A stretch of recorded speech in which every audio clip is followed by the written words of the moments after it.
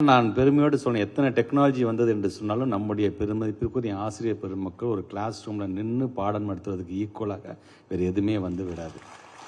ஏன்னா நான் உணர்வுகளை அப்பொழுதுதான் புரிந்து கொள்ள வேண்டும். ஒரு மனிதன் இன்னொரு மனிதனுடைய உணர்வுகளை புரிந்து கொள்ள வேண்டும் என்று சொன்னால் டெக்னாலஜி பார்த்துலாம் வராது. ஏன் நீங்கள் ஜூம் மீட்டிங் நடத்துறதுக்கும் கிளாஸில் போய் நடத்துறதுக்குமே நிறையா வித்தியாசங்களை உங்களால் உணர முடியும். ஆக அந்த விதத்தில் இன்றைக்கு பல்வேறு பள்ளிக்கூடத்திலிருந்து வருகை தந்திருக்கீங்க, பல்வேறு போர்ட்ஸ் வந்திருக்கீங்க. நீங்கள் ஐஜிசிஎஸ்சி, ஐசிஎஸ்சி, சிபிஎஸ்சி, ஐபி என்று 7 தேர்தல் பல்வேறு. ஏன்னா முத்தமிழர் கலைஞர் அவர்களை பொறுத்தவரைக்கும் இங்கே நம்முடைய இயக்குனர் ஐயா சொன்னது போல தான் தமிழ் மொழி அப்படிங்கிறத நாம் உயர்த்தி பிடித்தாக வேண்டும்.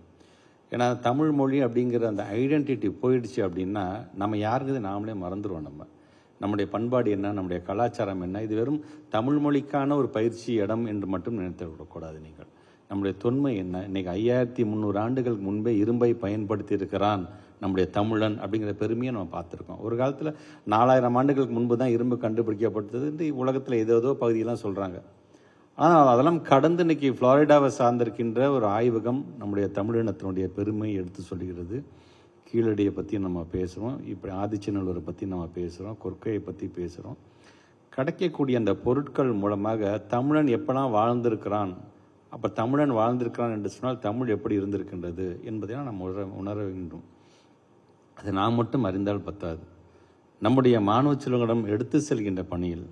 ஏன்னா மற்ற இப்போ அரசு பள்ளி, அரசு உதவி பெறுகின்ற பள்ளியில் தமிழ் மீடியம் நடத்தக்கூடிய டீச்சர்ஸ்க்கு அது எளிதாக இருக்கின்றோம். ஆனால் நமக்கான சேலஞ்சஸ் இங்கே வருகை தந்திருக்கின்ற டீச்சர்ஸ்க்கான சேலஞ்சஸ்ன்னு பார்த்திங்கன்னா முழுக்க ஆங்கில வழியில் பாடம் சொல்லி தரும் பொழுது ஒரே ஒரு பாடம் மட்டும் தமிழ் மொழியில் நீங்கள் பாடம் சொல்லுங்க, அது சாதாரண விஷயம் கிடையாது, மிகப்பெரிய சேலஞ்ச். அதை நீங்கள் செஞ்சுட்டு இருக்கிறீங்க. உள்ளபடியே உங்கள் ஒவ்வொருவருக்கும் என்னுடைய வாழ்த்துக்களையும் பாராட்டுகளையும் தெரிவித்துக் கொள்கிறேன்.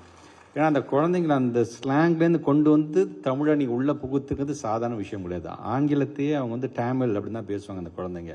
அந்த தமிழுக்கான அந்த அந்த அழகை நம்ம உச்சரிக்க வேண்டிய, செய்ய வேண்டிய பணியை நீங்கள் செஞ்சிட்ருக்கிறீங்க. அது சாதாரண விஷயம் கிடையாது. இருந்தாலும் உங்களுக்கான இந்த ஒரு பயிற்சியை வழங்கும்போது இது மாதிரி பாடங்கள் நடத்தப்பட இருக்கின்றது. ஒரு பயிற்சியை நீங்களும் பெற வேண்டும் என்பதற்காகத்தான் நீங்கள் ஒன்று கூடியிருக்கின்றோம். இது ஒவ்வொரு ஆண்டும் நாங்கள் லாஸ்ட் இயரும் இதே மாதிரி நாங்கள் நடத்தினோம். ஒவ்வொரு ஆண்டும் இது போன்ற ஒரு ரெஃப்ரெஷிங் கோர்சஸ் நம்முடைய டீச்சர்ஸ்க்கு வழங்க வேண்டும் என்று நாங்கள் சொல்லியிருக்கின்றோம். ஸோ அந்த விதத்தில் இன்றைக்கி நல்ல விதத்தில் நீங்கள் பயன்படுத்தி கொள்ளுங்கள். சார் கூட சொன்னாங்க கிளம்புற ஆரம்பித்து ஈவினிங் 5 o'clock வரைக்கும் இருக்கிறது கூட என்று சொல்லியிருக்கிறார்கள். ஸோ என்னை பொறுத்தவரைக்கும் செம்மொழி இருக்க மும்மொழி எதற்கு என்று நான் நினைக்கக்கூடியவர்கள் நாங்கள். தமிழ் மொழியினுடைய பெருமையை நாம் உயர்த்தி நாம் படிக்க மிகப்பெரிய ஒரு பொறுப்பு, கடமை நம்ம ஒவ்வொருவருக்குமே இருக்குது. ஏன்னா நான் எப்போதுமே சொல்கிற மாதிரி தான், Tamil is for identity, English is for opportunity என்று நாம் சொல்லுவோம். அந்த மாதிரி தமிழை நாம் முழுமையாக உள்வாங்கிக் கொள்வோம். ஆப்பர்ச்சுனிட்டி, யூட்டிலிட்டி எங்கே தேவையோ அந்த மொழி, எல்லா மொழியும் கற்றுக்கலாமே. நம்முடைய அரசியலமைப்பு சட்ட அட்டவணையில் இருக்கிற 8வது அட்டவணையில் இருக்கிற 22 மொழிகளும் படிக்கலாமே. So without any compulsion. ஆனால் நம்முடைய நாட்டில் இருக்கும்போது நாம் யார் என்பதை தெரிந்து கொள்கின்ற விதத்தை நம்ம ஸ்டேட்டில் படிக்கிற பிள்ளைங்க நாங்கள் யார் என்று தெரிந்து கொள்ளக்கூடிய ஒரு நிகழ்வாக இந்த நிகழ்வு இருந்திட வேண்டும். ஒரு நிகழ்ச்சி நடக்கும்போதும் பார்த்தேன், செல்ஃபோனை உயர்த்தி பிடிக்கின்ற நாம் இனி செம்மொழியும் உயர்த்தி பிடிக்கக்கூடிய ஒரு நாளாக அமைந்திட வேண்டும் என்று சொல்லி உங்கள் அனைவருக்கும் என்னுடைய வாழ்த்துக்களையும் பாராட்டுகளையும் தெரிவித்து இந்த அளவின் உரையை நிறைவு செய்கிறேன். செய்திகளை உடனுக்குடனும் துல்லியமாகவும் தெரிந்து கொள்ள சப்ஸ்கிரைப் பண்ணுங்க.